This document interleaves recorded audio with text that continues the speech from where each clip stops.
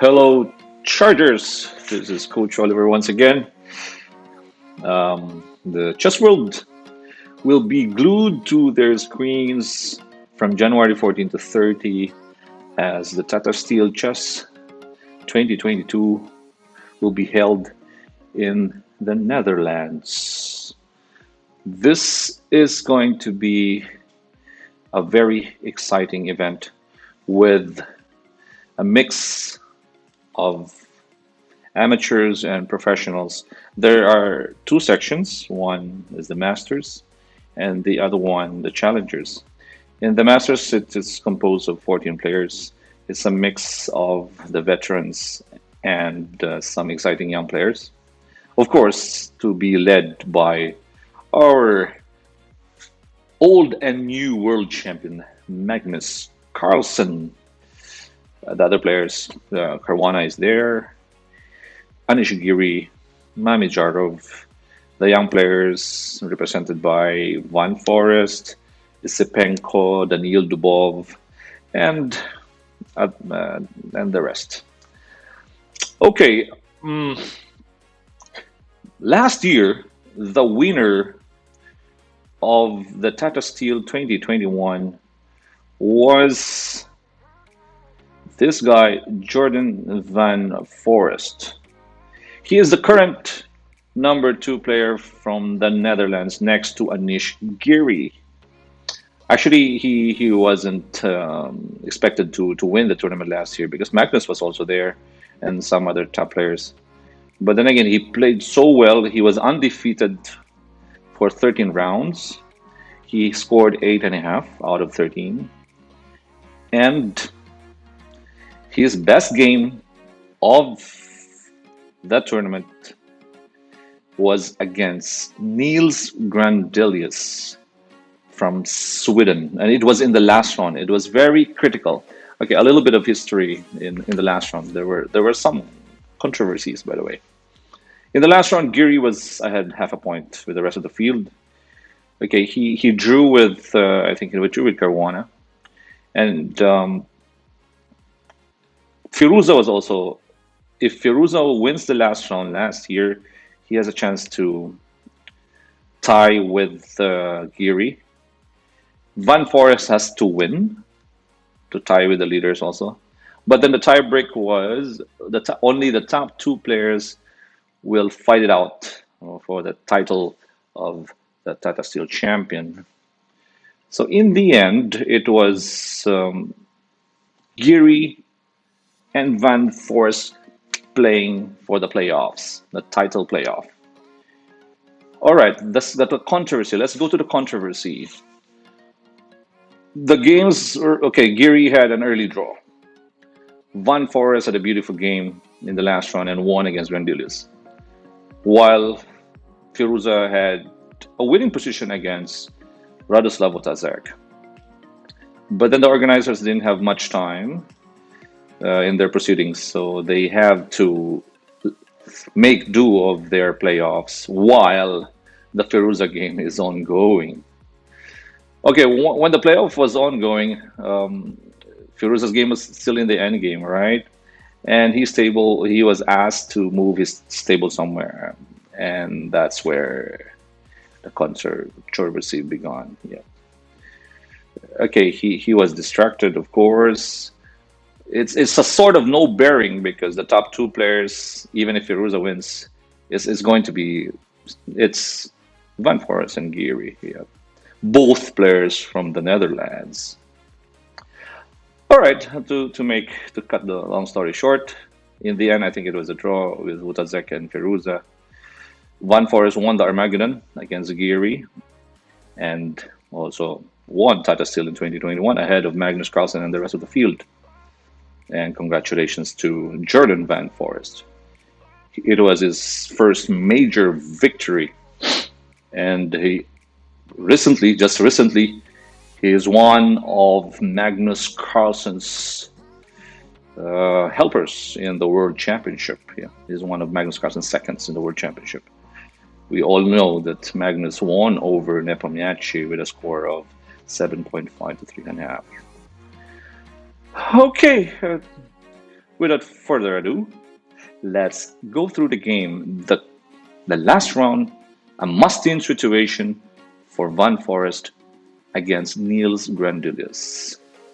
Let's get it on. It started with e4, all right? So if you're trying to win, you go sharp. And one of the sharpest openings out there is e4, right? Niels also wants to fight. He opened up with the Sicilian. So knight f3, d6, d4, takes and takes, knight f6, knight c3, a6. So now we have the Sicilian Najdorf, named after Miguel Najdorf. Okay, in the game, Van Forest played queen to d3. Okay, quite an interesting move. We are told that we don't move the queen as early as possible, right? And at the same time, also this queen is blocking the way of the bishop, so blocking the line of the bishop on d3, right? Normal Najdorf variation would be bishop to g5, e6, and then f4, all right? And then we go to queen to f3, castles queenside. That's a normal Najdorf. Yeah. That's the popular one, yeah, the popular variation. But here, queen d3, he went for the sideline. Okay, in the earlier rounds, Magnus Carlsen actually won a game with the same approach, queen d3, against the same guy, Niels Gandulius. And we all know very well that Van Forest is working for Magnus. So they probably have the same repertoire. Yeah. Okay. So queen d3 was played here. Let's continue. The main point of queen d3 is to shift this queen to g3 with the pressure on g7. If, let's say, black decides to go for e6 and bishop e7, so that queen d3 shifts to g3 with an idea of a bishop h6 if, let's say, black castles, right? Well, anyways, let's go. Queen d3. Knight b d7 was played by Niels. Bishop e2. Okay, the main point of bishop e2 is that it controls also the g4 square. Okay. Or maybe white will try to castle kingside. Although there's also an option by moving the bishop away, let's say on g5, and then you can castle queenside. Yep. b5, a4. Wow. I direct counterplay on this a6 and b5 chain. Yep. Knight c5 hitting the pawn on e4 and the queen on d3. So we have two knights hitting that pawn on e4. So queen e3. Earlier, it was the queen blocking the light squares, right? This time, queen on e3, it's blocking the dark square. The queen doesn't like her bishops, yeah? So b4 was played, not after, before. Okay, so knight d5, free pawn on e4. Why not? A pawn is a pawn. a5, an interesting move. Yeah. Okay, a5 is nice. It disconnects this pawn to this pawn. White sacrifices a pawn. Okay, the compensation is that later in the game, this is going to be a target on a6 with this bishop on e2. And then again, the pawn is just 3 steps away from promotion. All right. So knight takes d5, queen takes on e4, pawn goes to e6, normal castling. King safety. Bishop to d7. I'm not too sure about bishop b7. I was hoping for bishop b7 at least, yeah? You keep an eye on this and this, yes? At least it has a better scope on b7 than on b7. Or maybe black was worried about knight takes e6. We don't know, right? He probably was worried about that with, let's say, bishop f3, yes, and then rook e1, knight takes e6, queen takes e6, yeah. So he played bishop d7, a safe move, keeping an eye on the e6 pawn. You cannot fault black for playing the end move. Okay, so bishop d2. White is a pawn down, but again, the compensation is that this pawn is disconnected to the a, so it's going to be a target, and this other pawn will just roll all over the board. White will have a majority on the queen side once this b4 pawn is gone. Okay, so bishop to e7, bishop to f3. An x-ray on the a8 rook here. So target would be c4 if, let's say, takes, and then c4 once again. Yep. Once the knight moves, you can take on a8. Okay, so castles, queen to d3, queen to b8, now c4. That was the plan of bishop f3. Takes. c4 is coming, winning the exchange on a8. Yep. So rook a7, moving away from the pin. Rook fb1, rook on an open file. Rook fb1, this rook, huh? Not the other rook, okay? Because this rook is protecting the outside pawn, right? A potential outside pass pawn. Once you take away this pawn on a6, and then oops, so this rook is going to protect that pawn. Queen to c8, c4. Okay, that central knight will be driven away. Drive away the knight. So knight f6, knight to b5, unimportant. Wow, what a sacrifice. Yes. This is the first brilliant move in the game. Yep, knight to b5, sacrifice. So takes and takes. Yep. Look at the pawns. Connected pass pawns. They're going to march into victory here. Marching the pawns. Okay, bishop takes b5, queen takes b5. If let's say for example, black plays d5, blocking the bishop, the pawn will just go right forward. Unstoppable pawns. Yeah. If let's say you stop it, the other one goes to e6, right? I'm so sorry. Yep. If let's say the rook goes to b8, pawn roll, yeah, rolling on the river. Okay, so bishop takes b5. Black can't afford to have those pawns. So knight to d7 and bishop b7 is nice. Yes, and the rook is just dead on a7, restricting the rook. Queen d8, a6, that's it. Yeah. Look at that. Nailing the rook on a7. The rook is just dead. Bishop f6, bishop a5. Nice move. Queen to d8, bishop c7. Hitting d6. Takes on a1. Rook takes a1. d5, bishop d6. Okay. Rook on f8 is under attack, right? But is white gonna take it? White was like, I control. Complete control. Rook c1, control of the open file, threatening rook c8, and then with threat on d7 and f8, yeah? g6, escape square for the king. h3, okay, king safety as well, yes? Before anything else, you make sure that your back rank is safe. Yep. Okay, rook to e8, rook to c7, the rook on the 7th rank. Attacking the knight on d7 with the rook and the queenie. Knight goes to f6, bishop e5.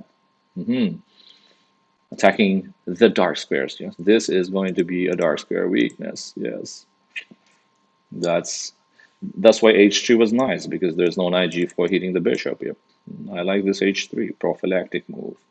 Knight on e4, queen c6. Now the threat of queen c6 is rook c8, x-ray on e8. Yep, skewer on e8. Rook has to go with f8. Bishop d4, hitting the rook. Where is the rook? Where is the rook going? The rook is just dead. Okay, so after bishop d4, queen to b8, it was like f3. Okay, annoying knight, outpost on e4, drive away. Right. Okay, black's last chance takes queen to b4, threatening bishop, and queen e1. Now comes the sense of danger, right? There is queen e1. If you play king h2, there is queen g3, right? So a potential perpetual check. Nice move. Bishop e5, protecting this h2 to b8 diagonal. After queen e1, just king h2, king is safe. Yep. Knight goes to f2, nice move. Queen c3, yes. Queen to the bishop, bishop to the rook, queen to the queen. Yep. Queen to h1, king g3, king is safe. Queen to g1, rook c8. Now the rook cannot take, of course, this is checkmate on c8. Yep. So knight h1, king h4. Yes. The king walk, all right, in the forest. Yeah. Okay. King walk. It reminds me of that immortal game by Nigel Short against Jan Thiemann. Yeah? The immortal king walk by Nigel Short. After queen f2, g3, g5 check. The king, right? f6, the king on h6. Oh, wow. After takes on e5, queen takes e5. Checkmate on g7 is unstoppable. Okay, there's one more check. Let's say check on d2 and now f4. And how can you stop queen g7 mate? You cannot play rook f7. This is a pin on the king. Right. The king walk in the forest. And with this game, we have a new king of Tata Steel, and that's Jordan Van Forest. All right. So I hope you like our presentation, by the way, and watch out for our highlights of the Tata Steel, which will start in a few days from now, right? From January 14 to 30. Okay. The players: Magnus Carlsen, we have Caruana, Mamijarov, Karyakin, Dubov, Van Forest, Isipenko, Grandilius, and the others. Yeah. And we have to watch out for this guy. He might be able to go for a back to back. Who knows, right? It's anybody's game. So, Tata Steel 2022, watch out for that one. We will have some highlights after round number one. All right. Thank you so much for supporting our channel, Charles Max Chess, on Facebook and YouTube. And I will see you again in our next presentation. This is Coach Oliver signing off.